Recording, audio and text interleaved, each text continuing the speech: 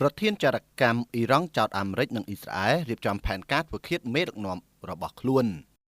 យោងតាមការចេញផ្សាយរបស់ OT ដកស្រង់ព័ត៌មានចេញពីទីភ្នាក់ងារសារព័ត៌មាន ISNA បានរាយការណ៍ថាប្រមុខស៊ើបការសម្ងាត់របស់ប្រទេសអ៊ីរ៉ង់បានចោទប្រកាន់សហរដ្ឋអាមេរិកនិងអ៊ីស្រាអែលថា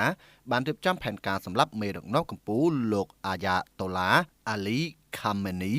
និងជាផ្នែកនៃកិច្ចខិតខំប្រឹងប្រែងដើម្បីធ្វើឲ្យប្រទេសអ៊ីរ៉ង់មានអស្ថិរភាពយោងតាមទីភ្នាក់ងារសារព័ត៌មានរដ្ឋមន្ត្រីស៊ើបការសម្ងាត់លោកអេស្ម៉ៃកាត់ទីបបាននិយាយកាលពីថ្ងៃសៅរ៍ថាសត្រូវស្វែងរកគោលដៅលើមេដឹកនាំកម្ពុជាជួនកាលជាមួយនឹងការប៉ុនប៉ងធ្វើឃាតជួនកាលជាមួយនឹងការវាយប្រហារដោយអរិយភាពហើយសម្ដៅអ្នករៀបចំផែនការទាំងនោះគឺទៅលើសហរដ្ឋអាមេរិកនិងអ៊ីស្រាអែលយ៉ាងណាក្តីនៅមិនទាន់ច្បាស់នៅឡើយទេថាតើអ៊ីរ៉ង់កំពុងនិយាយសម្ដៅទៅលើផែនការជាក់លាក់មួយឬយ៉ាងណា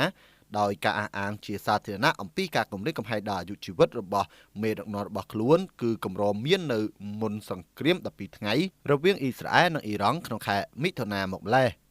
គួរឲ្យដឹងដែរថាការវាយប្រហាររបស់អ៊ីស្រាអែលបានសម្លាប់មេបញ្ជាការជាន់ខ្ពស់អ៊ីរ៉ង់និងអ្នកវិទ្យាសាស្ត្រនុយក្លេអ៊ែរជាច្រើនអ្នកមុនពេលមានបទឈប់បាញ់ដែលសម្របសម្រួលដោយសហរដ្ឋអាមេរិកកាលពីថ្ងៃទី24ខែមិថុនាអនាគតរបស់លោកអ្នកកាន់តែភ្លឺស្វាងដោយសាកលវិទ្យាល័យ Bill Bright